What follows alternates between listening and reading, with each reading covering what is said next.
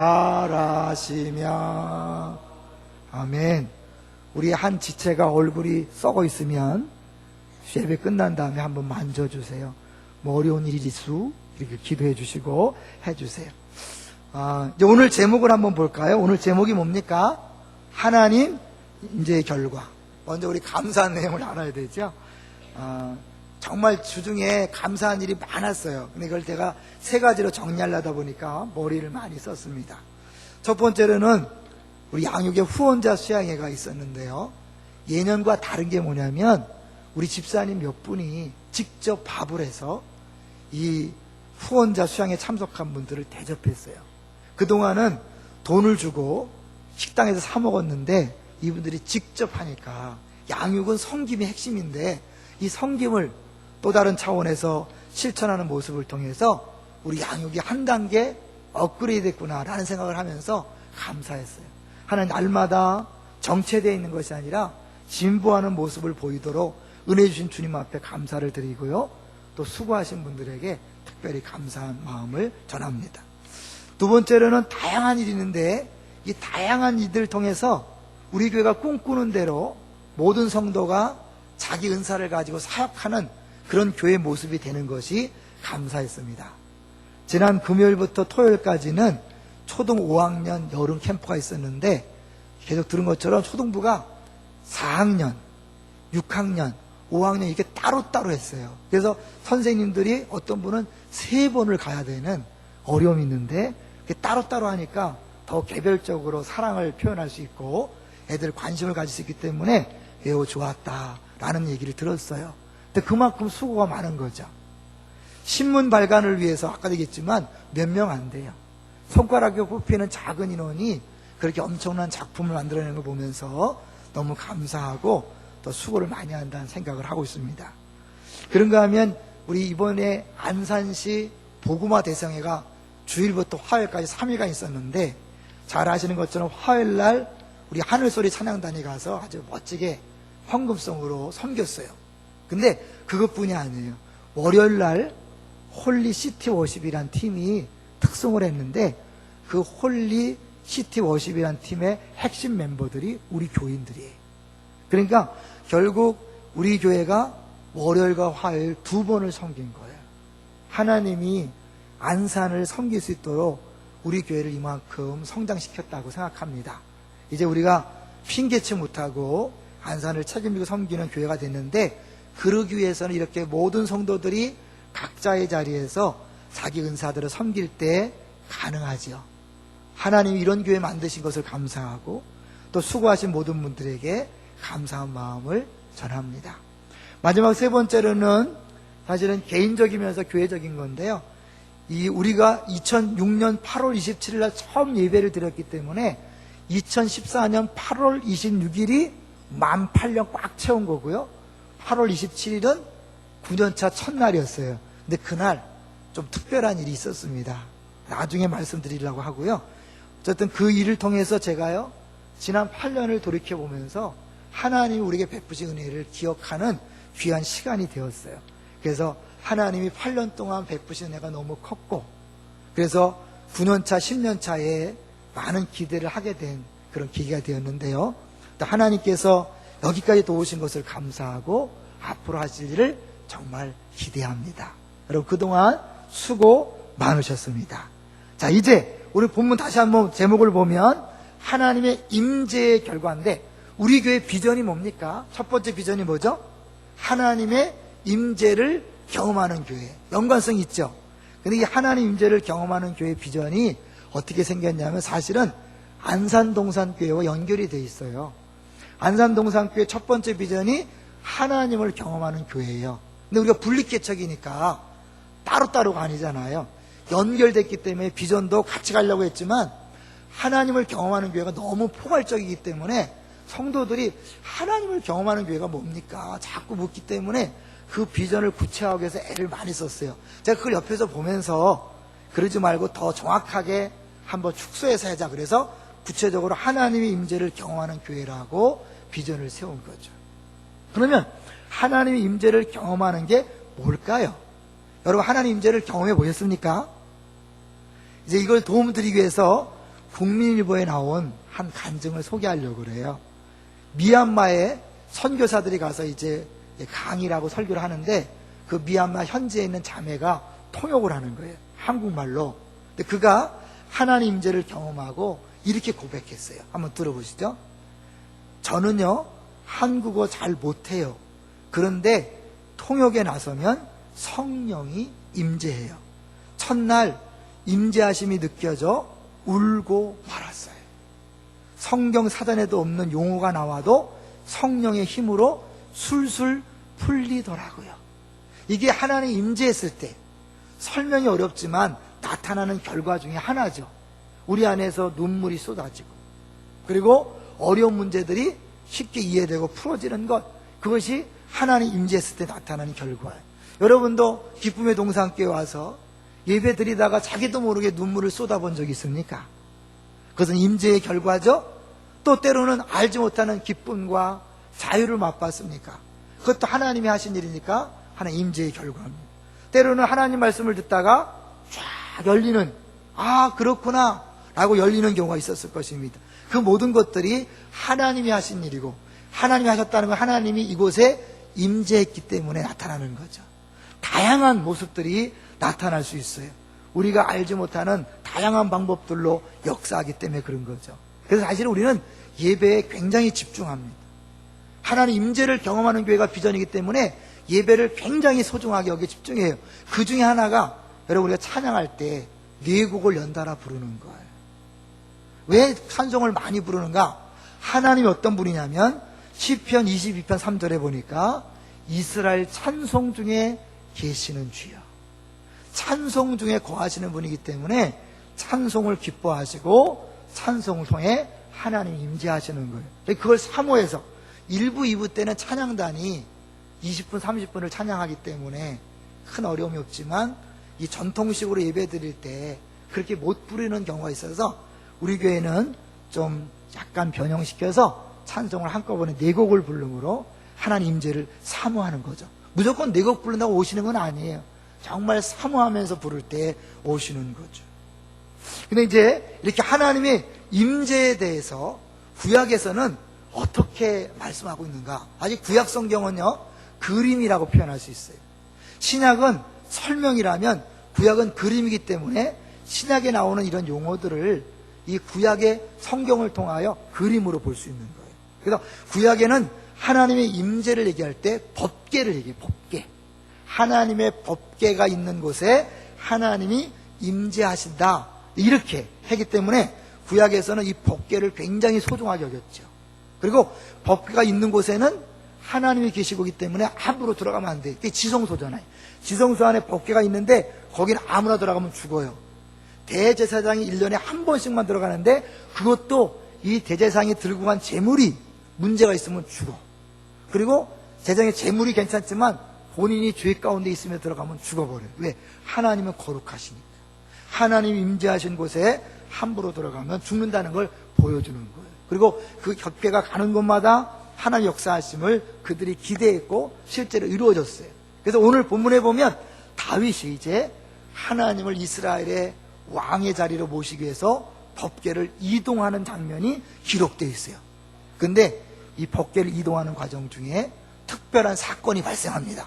그걸 통하여 하나님이 임재했을 때 어떠한 일이 벌어지는가를 한번 보려고 그래요. 자, 6장 1절 보겠습니다. 6장 1절 같이 읽어봅니다. 6장 1절 시작.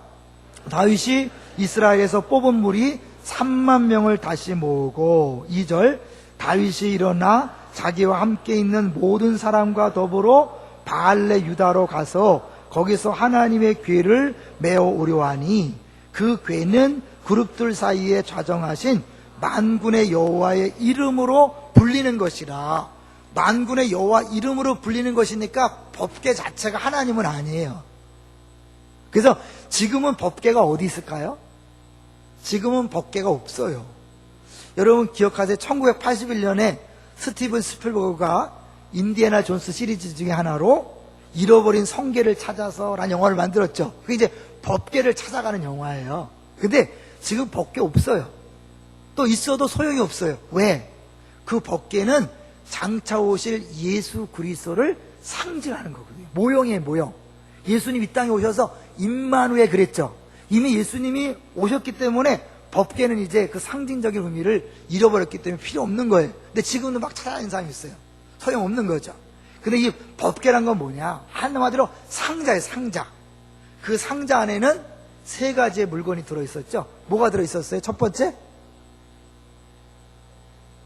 만나가던 항아리.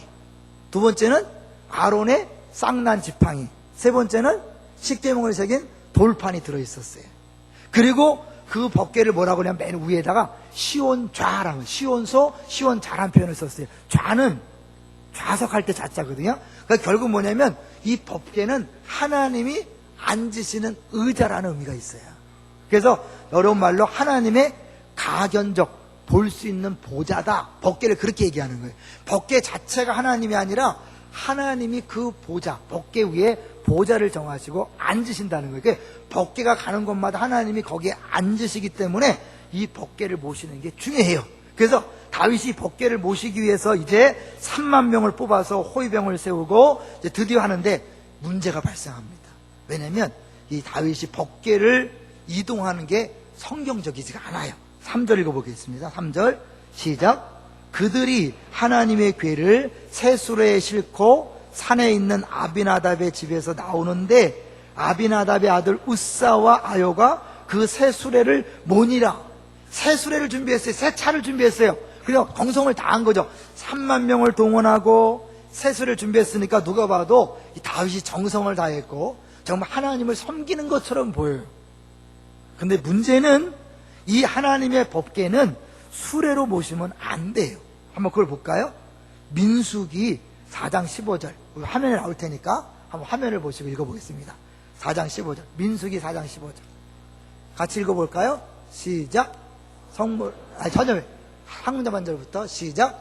진영을 떠날 때에 아론과 그의 아들들이 성소와 성소의 모든 기구 덮는 일을 마치거든 고앗 자손들이 와서 매일 것이니라.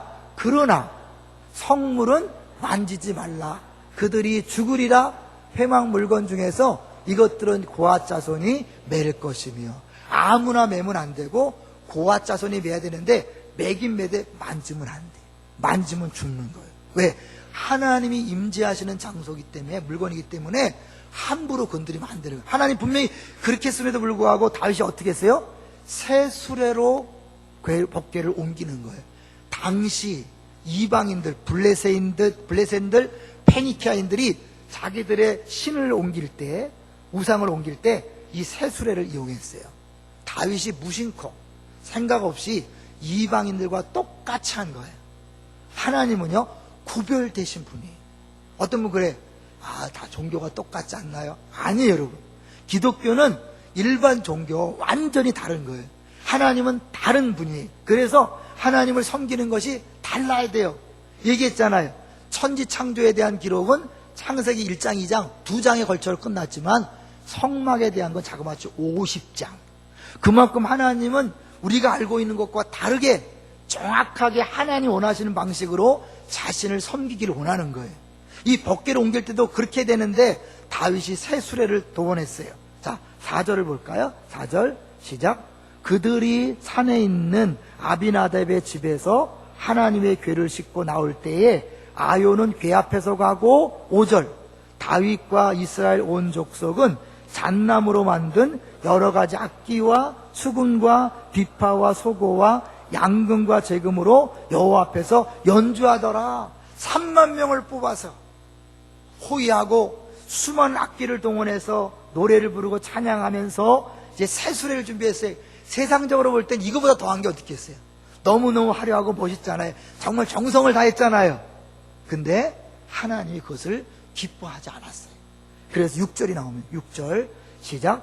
그들이 나곤의 타작마당에 이르러서는 소들이 띠므로 우사가 손을 들어 하나님의 궤를 붙들었더니 소가 뛰는 거예요. 그러니까 어떻게 해요? 이 궤가, 법궤가 떨어지려고 그러니까 당연히 우사가 어떻게 해요? 그 법궤 떨어지면 안 되니까 붙잡았잖아요. 우리가 볼 때 너무나 당연한 거죠. 잘한 거죠. 근데 그것을 하나님 어떻게 했다고요? 7절 보세요. 7절 시작. 여호와 하나님이 웃사가 잘못함으로 말미암아 진노하사 그를 그곳에서 치시니 그가 거기에 하나님의 궤 곁에서 죽으니라. 죽었어요. 하나님 왜 이래요? 지금 하나님의 임재의 터초의 상징인 법궤가 떨어지려고 그러니까 그 법궤를 붙잡았는데 보호하려고 그러는데 죽였어요. 왜요? 함부로 만지면 안 되는 거기 때문에. 결국은요, 이 웃사가 죽은 거는 누구 때문일까요? 누구 잘못일까요? 결국 다윗의 잘못이죠. 대표적인 책임자인 다윗이 이런 식으로 법궤를 움직이려 했기 때문에 하나님이 그것을 마음에 들지 않으시고 결정적인 순간에 이 법궤가 떨어지게 하는 거예요. 그래서 결국 웃사가 죽는 일을 벌어짐으로 다윗에게 깨닫게 하는 거예요. 네가 잘못됐다는 걸 깨닫게 하게 하는 거예요. 하나님은요, 거룩하신 분이에요.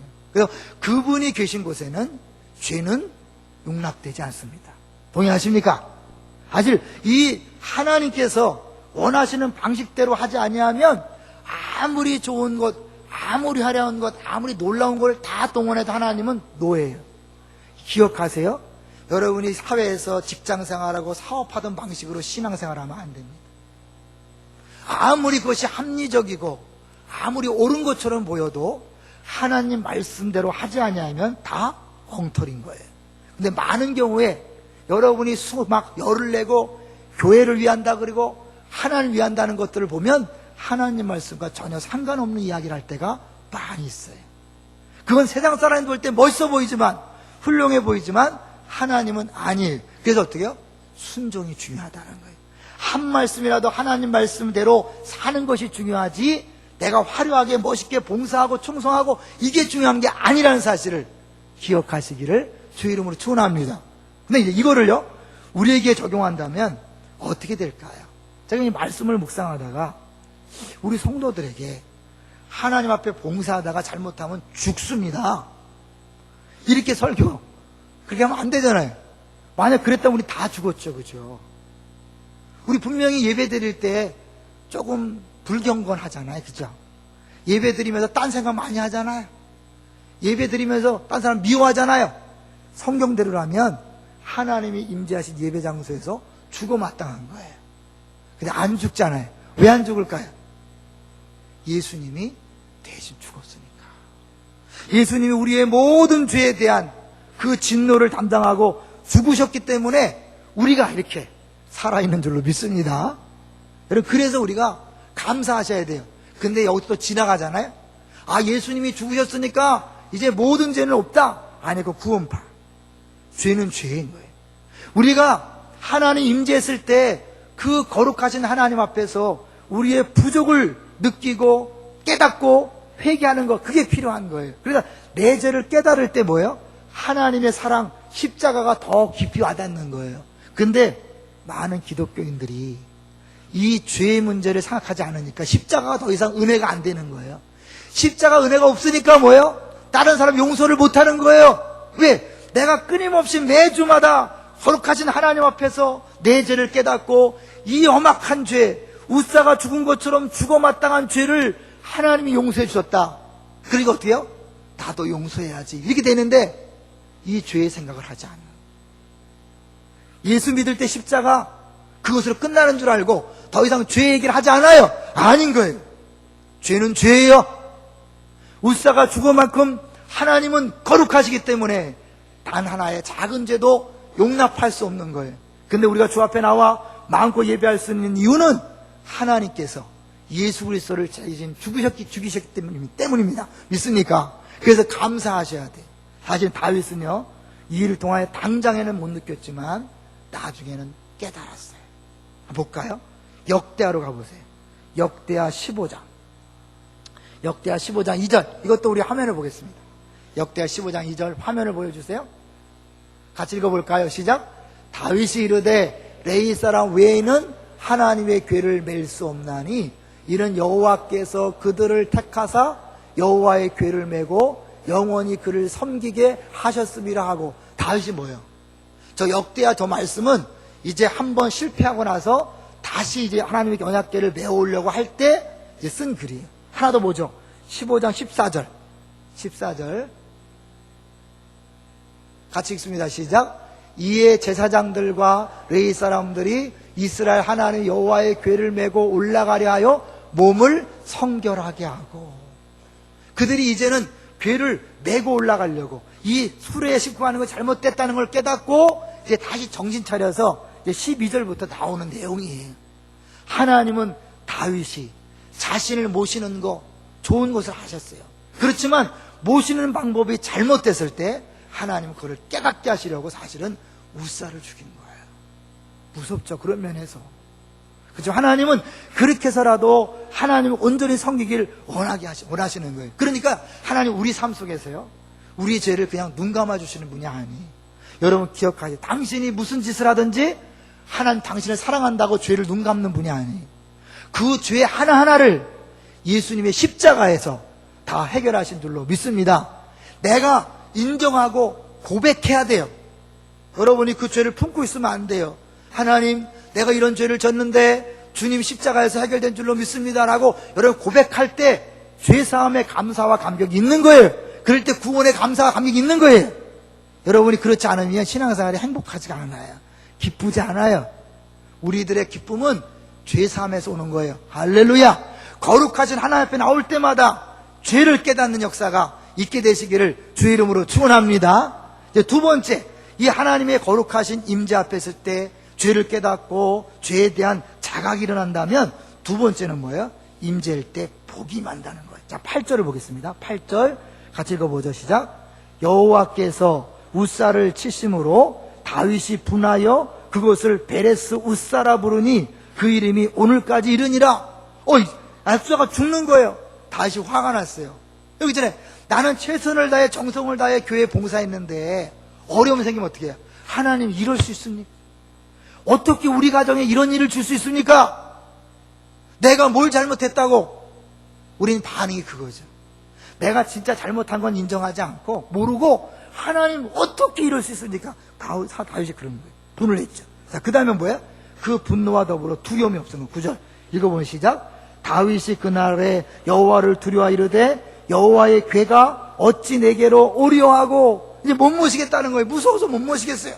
그리고 그가 임시방편을 한 게 뭐냐면 10절이에요. 자, 10절 보겠습니다. 시작. 다윗이 여호와의 궤를 옮겨 다윗성 자기에게로 메어가기를 즐겨하지 아니하고 가드 사람 오베데돔의 집으로 메어간지라.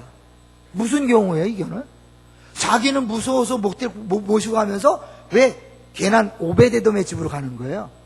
오베데돔 입장에서 생각해 보세요. 애들 말로 똥발 볼 거예요. 왜 하필 우리 집이야?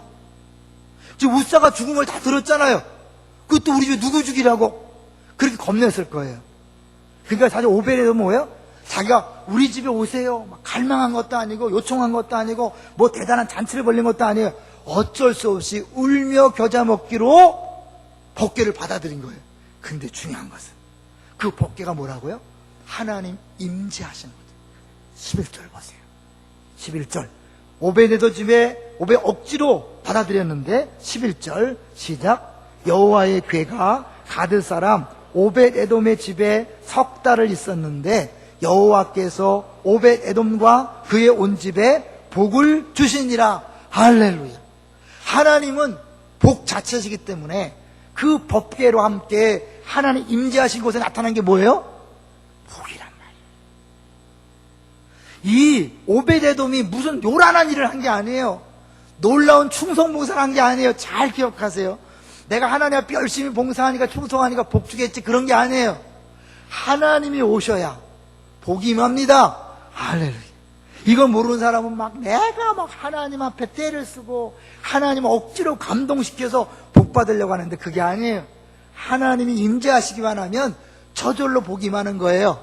믿습니까? 구레네 시몬을 기억하세요? 예수님 십자가를 지고 하는데 너무 힘들어서 못 지고 하니까 강제로 옆에 있던 구레네 시몬을 붙잡아다가 대신 지고 가겠다. 대신 졌어요. 그랬는데 나중에 보면 그 구레네 시몬의 가문에 큰 복이 임했다는 것을 여러분 설교를 통해 많이 들었을 거예요. 억지로 했지만 어쩔 수 없이 받아들였지만 사실 이 법궤 자체가 하나님의 임재이기 때문에 하나님이 계신 곳에는 반드시 그의 능력과 복과 은혜가 흘러넘치는 줄로 믿습니다. 그러니까 관건은 하나님의 임재인 거예요. 왜 우리 교회가 하나님 임재를 경험하는 교회에 비전을 세웠냐면, 예배 드릴 때마다, 모임할 때마다, 어디 갈 때마다 여러분 기억하세요. 하나님 임재 허락해 주옵소서. 하나님 임재가 있는 곳에 기적이 나타납니다. 예를 들어서요, 하나님이 가나 혼인잔치에 예수님께서 계셨기 때문에 포도주가 떨어졌지만 어떻게 해요? 물로 포도주를 만들었어요. 문제가 해결됐어요. 벳세다 광야에서 5,000명이나 거의 2만 명 가까운 사람이 굶어 죽게 되었을 때 예수님이 그 자리에 있었기 때문에 애가 갖고 온 오병이어로 5,000명을 먹이고 남았어요. 나사로가 죽었을 때 나사로의 누이들이 얘기했어요. 주님이 여기 계셨더라면 우리 오라비가 죽지 않았을 텐데, 왜? 주님이 계셨다면 당연히 해결됐을 텐데 안 계시 죽었다는 건 맞아요. 그런데 주님은 죽은 다음에도 나사로를 살리셨음을 기억하시기를 주 이름으로 축원합니다. 주님이 계신 곳에 기적이 나타납니다. 주님이 계신 곳에 복이 있습니다. 여러분, 가정에, 직장에, 사업장에 어려움이 있을 때 내가 해결하려고 애를 쓰지 마세요. 어떻게 해요? 주님이 오시도록 그렇게 하셔야 돼요. 그럼 어떻게 하겠습니까? 가정에서 예배를 드리세요. 부부가 함께 예배를 드리시고 가족들이 예배를 드리세요. 왜? 두세 사람이 내 이름으로 모인 곳에 나도 그들 중에 있느니라. 이렇게 전체 모여서 예배 드릴 때만 주님 오시는 것이 아니라 두세 사람이 모인 곳에 주님이 오신다니까요. 그래서 패밀리 예배가 중요한 거예요. 여러분, 어렵고 힘듭니까? 패밀리 예배를 더 사모하세요. 패밀리 예배를 드릴 때 주님이 그곳에 오셔서 여러분의 어려움과 고통과 아픔을 씻어주시고 해결해 주시는 거예요. 근데 정작 주님이 임재하셔서 복주는 그 자리는 멀리하고 내 혼자 애를 써서 문제를 해결하려고 하니까 하나님 앞에 실망만 하고 힘만 드는 거죠. 아니에요, 여러분. 해결책은 따로 있는 거예요. 하나님 주신 이것을 놓치지 마세요. 패밀리 예배를 드리되 여러분, 가능한 한 집에서 드리시면 좋아요. 왜? 집에서 드릴 때 그 집에 하나님이 임재하시잖아요. 그럼 거기 복이 임하잖아요. 그 지혜로운 사람들이 자기 집에서 패밀리 예배를 드리는 거예요. 그리고 신방을 요청하는 거예요. 왜? 예배할 때 주님이 그곳에 오시니까. 어떤 목사님이 자기 교회에서 어느 날 이렇게 선포했어요. 앞으로 우리 교회에서는 어떤 모임도 기도하지 않으려면 모이지 말아라. 왜요? 그냥 모이기만 하면 사람들끼리 모이면 싸우기만 하고 회의가 많아지면 회의만 들다 그랬잖아요. 그 말 들었죠? 그냥 우리끼리 얘기하면 쓸데없는 고민, 염려, 다툼만 있고 계속 불평원만 해요. 가만히 보세요. 기도하지 않는 모임을 보면요, 시간이 지나면 지날수록 더 불평, 원망, 책임 전가만 드러나요. 근데 기도하면 하나님이 임재하셔서 하나님이 지혜를 주시고 하나님 평안케 하세요. 잘 생각하세요. 여러분이 가는 곳에 평안이 있습니까? 여러분이 가는 곳에 다툼이 있습니까? 어떤 사람이 가는 곳에는 하나님의 임재가 있어서 그 사람이 가는 곳마다 잘 화합되고 평안이 있고 기쁨이 있어요. 어떤 사람이 가는 데마다 모이는 사람이 불평 불만만 쏟아나. 누가 임재한 거예요? 사탄이 임재한 거예요. 잘 기억하세요. 내가 예배 드릴 때 어떤 일이 벌어지는가, 내가 모일 때 어떤 일이 벌어지는가. 제가 예배 드릴 때마다 처음부터 마지막 순서에 얼마나 신경 쓰는지 아십니까? 나의 잘못으로 하나님 임재가 방해받을까 봐. 왜? 아까 이제 법궤는 하나님이 앉는 의자라 그랬죠? 그럼 어떻게 해요? 우리가 의자를 준비해 드리는 게 예배예요. 주님, 이곳에 왕으로 오십시오. 그러니까 목사가 굉장히 중요해요. 왜? 목사가 교만하고 목사 뜻대로 하면 주님이 안 오시잖아요. 마찬가지. 그 다음에 중요한 사람들이 찬양하는 사람들이, 하나님이 이스라엘 찬송 중에 거하신다 그랬으니까 찬양하는 사람들이 자기를 드러내면 주님은 안 오셔요. 내가 왕자에 앉아있으면 주님 오시지 않아요. 그렇죠? 왕자를 내어드려야 돼요. 근데 앞에 서는 사람들이 실수하는 가장 큰 게 뭔지 알아요? 멋있게 잘해보려고, 나를 드러내보려고 하는 게 있잖아요. 그게 목사가 제일 조심해야 될 부분이에요. 그렇게 목사가 드러나고 찬양 인도자가 드러나고 싱어가 드러나고 봉사자가 드러나면 하나님이 그곳에 임재할 수 없어요. 이해되십니까? 그렇기 때문에 예배자들이 내가 진정한 예배자가 돼, 인도자에 대해서 멋있게 하려고 하면 안 돼요. 철저하게 낮아지셔야 돼요. 왜? 하나님은요, 밀고 들어오시는 전면근이 아니라 사실은 우리 인격적이신 분이기 때문에 초청할 때 오는 거예요. 요한계시록 3장 20절 한번 볼까요? 이거는 화면에 나오지만 한번 찾아보세요. 요한계시록 3장 20절. 오늘 우리는 굉장히 중요한 얘기를 하고 있다는 것을 기억하셔야 돼요. 3장 20절. 요한계시록 3장 20절.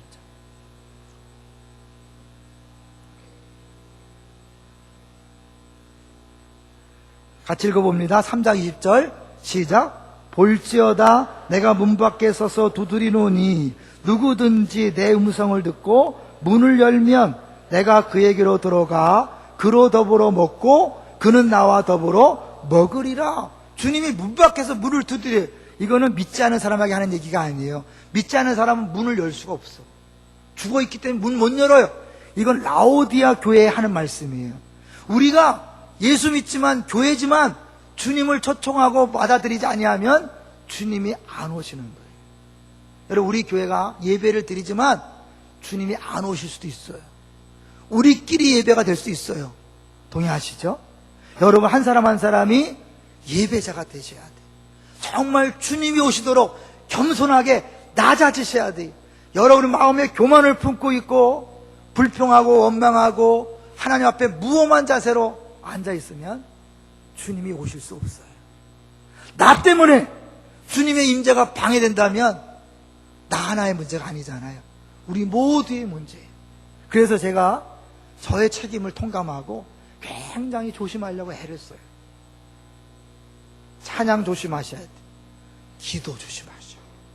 여러분의 봉사 안내와 모든 것들을 다 신경 쓰셔야 해요. 왜? 하나님이 그 모든 것들을 기뻐 받으셔야만 임재하시고 역사하시기 때문입니다. 이거는 규모의 문제가 아니에요. 안산 동산고등학교에서 동산교회에서 이런 일이 있었어요. 고등부 애들이 막 시끄럽게 막 떠들어. 예배 시간에 막 모였는데 막 떠드는 거예요. 안 잡혀. 그때 한 선생님이 딱 나가서 마이크를 잡고, 악기도 없었어요. 예수 사랑하심은 거룩하신 말일세. 악기도 없이 혼자서 부르는데 애들이 조용히 지는 거예요. 조용히 소리 지는 것도 아니에요. 왜요? 정말 진심으로 찬양하는 그 한 사람 때문에 그곳에 하나님이 임재하셔서 사람들의 마음을 주장하는 거예요. 우리 가정을 그분이 오시면 주장하시고 다스리십니다. 우리 직장의 사업장에 그분이 오시면 그분이 알아서 하시는 거예요. 그분의 지혜와 능력이 나타나면 안 될 게 뭐 있겠어요. 근데 우리는 예수는 믿지만, 하나님 믿지만 내가 왕노릇하고 필요할 때 주님 조금만 도와주세요. 조금만 도와주세요. 내가 다 하겠습니다. 주님이요, 아싸리 불신자, 안 믿는 사람일 때는 놔둬요. 이 법궤를 블레셋 사람들이 수레에 싣고 왔을 때는 하나님이 놔뒀어요. 아무 문제가 없어요. 왜? 안 믿는 사람들이니까. 그렇지만 다윗은 하나님의 왕인데, 하나님이 세운 왕인데, 율법을 잘하는 사람이 그렇게 하니까 그걸 깨닫게 하기 위해서 우사를 죽이면서까지 하나님이 정신 차리게 한 거예요. 여러분, 이제 어느 정도 믿음 있는 사람이 말씀대로 살지 아니하면 하나님이 깨닫게 하시기 위해서 어렵게 만들어요. 빨리 깨닫고 여러분 자리를 내려오셔야 돼요. 주님의 자리를 내어드리셔야 돼요. 그럴 때 여러분이 가는 곳마다 천국이 임할 줄로 믿습니다. 높은 산이 거친 들이 조막이나 궁궐이나 내 주 예수 모신 곳이 그 어디나 하늘나라. 한 번 더. 높은 산이 거친 들이 조막이나 궁궐이나 내 주 예수 모신 곳이 그 어디나 하늘나라. 내 주 예수 모신 곳이 그 어디나 하늘나라. 주님이 계신 곳이 초막이나 궁궐이나 높은 산이나 거친 들이나 아무리 경제가 어려워도 우리 직장에 주님이 오시면, 우리 사업장에 주님이 오시면, 우리 가정에 주님이 오시면 천국으로 변할 줄로 믿습니다. 우리의 힘으로 하려고 하지 마시고 주님이 오시도록 기도하십시오. 갈망하십시오. 사모하십시오. 자리를 내어드리십시오. 주님이 오시면 우리의 교회와 패밀리, 가정 달라집니다. 우리의 공동체는 달라집니다. 여러분 손에 달려 있습니다. 여러분이 주를 인정하시고 주 앞에 기도하시고 임재를 사모하십시오. 그래서 여러분이 어디 가든지 정말 주님이 임재하셔서 천국을 누리게 되시기를 주의 이름으로 축원합니다. 예, 주보를 한번 보세요.